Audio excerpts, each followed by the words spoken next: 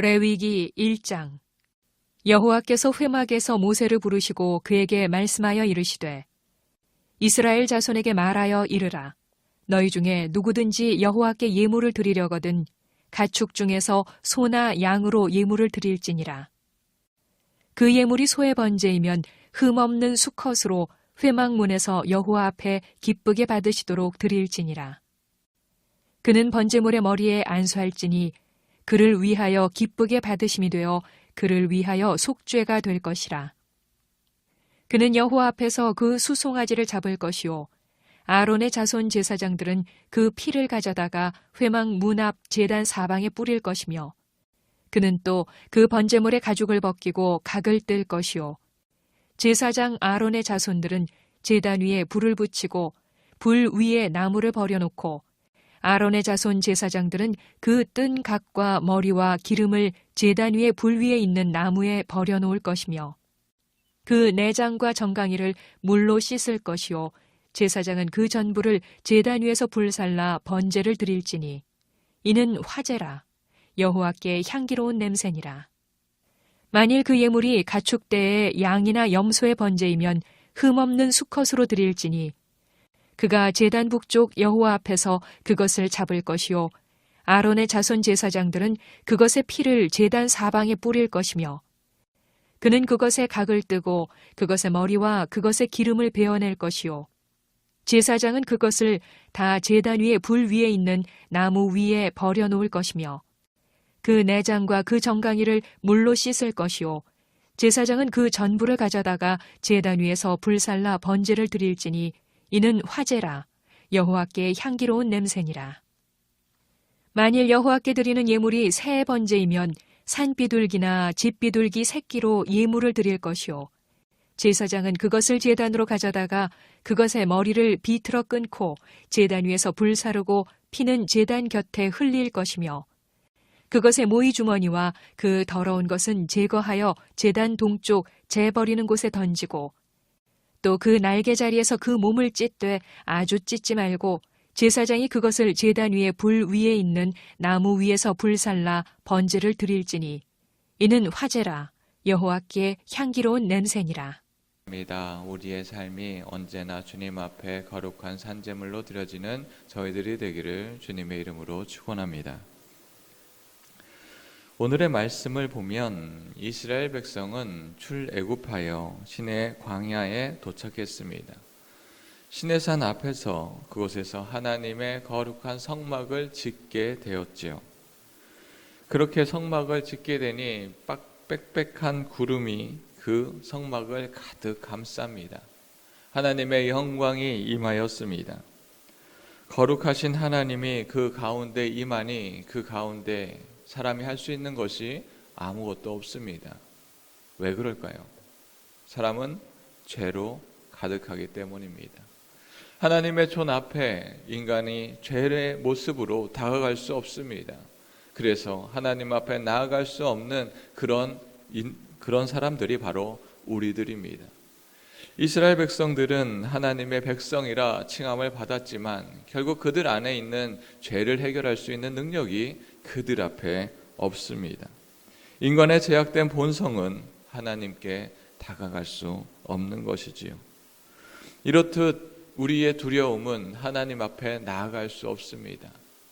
그것이 이스라엘 백성의 문제이겠습니까? 우리 역시 마찬가지입니다. 우리의 죄된 몸으로 하나님께 나아갈 수 없습니다. 그러나 현재 우리들은 그 하나님의 거룩함 앞에 나아갈 수 없으니 때로는 그 하나님의 거룩함을 무시하고 가벼이 여기기도 합니다. 하나님 앞에 예배드리는 것이 너무나 가볍게 여겨서 이것은 그냥 일주일에 한 번 드리는 예배다, 혹은 우리가 가끔 우리의 마음에 동할 때 이렇게 예배를 드리는 것이 아닌가 하며 가벼이 여기기도 하지요. 이른바 값싼 은혜로 여기고 주님 앞에 나가는 것이 너무나 쉽고 가벼워졌습니다. 또 다른 한 가지의 문제는 자신의 행위로 그 모든 것을 증명하고자 하는 그런 마음도 갖게 된다라는 것이지요. 하나님이 거룩하니 나도 그 거룩함을 따라가겠습니다. 내가 하루에 성경을 얼마나 읽고 기도를 얼마나 하였으며 이 정도 되면 하나님 괜찮은 것 아닙니까? 라고 여기기도 합니다. 그러나 그것이 되지 않으면 우리의 마음속이 불안해집니다.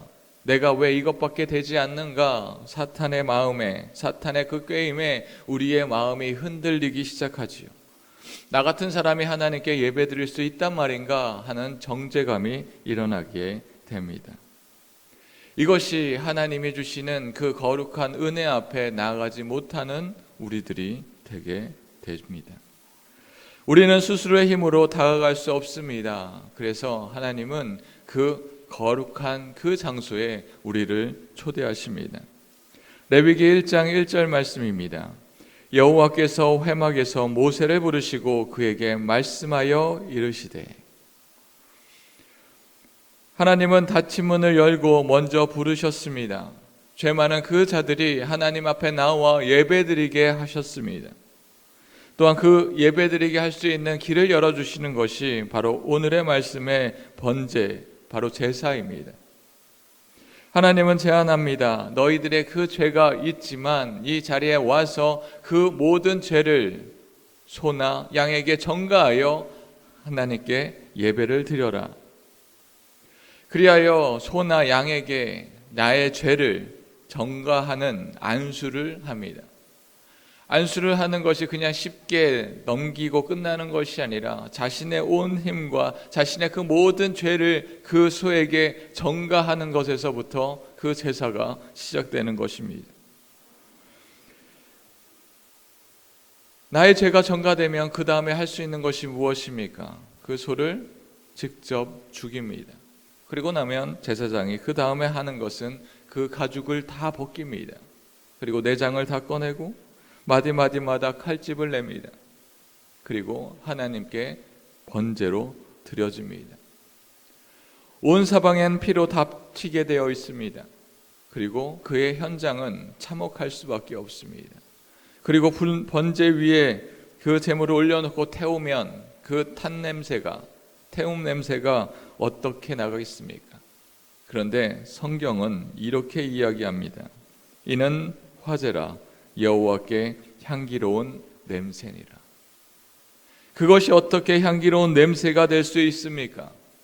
사실 그 현장은 바로 우리가 죽어야 하는 현장입니다. 죄인 된 사람들이 죽어야 되는 그 현장에 소나 양이 그 죄를 대신하여 하나님 앞에 나와서 예배드리게 하여 주시니 그것이 향기로운 제사가 되는 것입니다. 우리는 겸손으로 하나님이 주시는 그 은혜로 주님 앞에 나아갈 수 있습니다. 그것이 바로 하나님이 열어주신 예배입니다. 구약의 수많은 소와 양들이 흘려진 피는 단 한 분을 가리키는 그림자입니다. 그것은 바로 예수 그리스도입니다. 주님께서 우리를 대신하여 십자가라는 제단 위에 오르셨고 그 앞에 모든 죄를 담당하여 죽으셨습니다. 예수님은 도살장으로 끌려가는 어린 양처럼 잠잠히 그 모든 것을, 우리의 진노를, 우리의 죄됨을 모두 받아주십니다.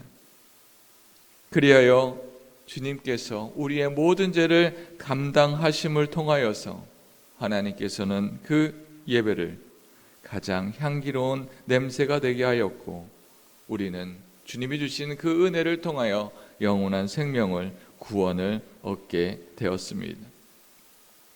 하나님께서 당신의 아들을 태우심을 통하여서 우리를 살려내었습니다. 우리는 어떻게 주님께 나아가겠습니까? 우리가 이 자리에 있을 수 있는 것은 바로 하나님의 사랑입니다. 예수 그리스도의 그 희생입니다. 그것을 통하여서 우리는 영원한 생명을 얻게 되었습니다. 우리는 살아가면서 때로는 실패하기도 합니다. 때로는 넘어지기도 합니다. 나 같은 사람이 어떻게 하나님 앞에 나아갈 수 있단 말인가? 혹은 그 모든 은혜를 잃어버리고 그저 종교적인 생활로 하나님께 예배드리곤 합니다. 그럴 때마다 우리가 기억해야 합니다. 주님께서 나를 대신하여 어떻게 십자가에서 고난받으셨는지, 주님의 그 완벽한 그 공로를 통하여서 우리가 구원받았음을, 하나님께서 그것을 통하여서 향기로운 제사를 받아주셨음을 기억하며 나아갈 때 우리의 삶은 주님이 주신 은혜입니다 고백하며 나아갈 것입니다. 주님이 우리를 대신하여 우리를 구원해 주셨습니다. 우리가 이 땅에 있어서 살아야 할 것은 우리는 구원받은 자입니다 고백하며 살아가는 것입니다. 우리의 가정에서, 우리의 이웃에서, 우리의 직장에서 하나님이 주신 그 거룩을 생각하며 삶의 제사로 하나님께 드리는 것입니다. 주님께서 이미 거룩함으로 받아주셨으니 그 거룩함이 우리의 삶 속에 흘러 넘치는 저희들이 되기를 주님의 이름으로 축원합니다.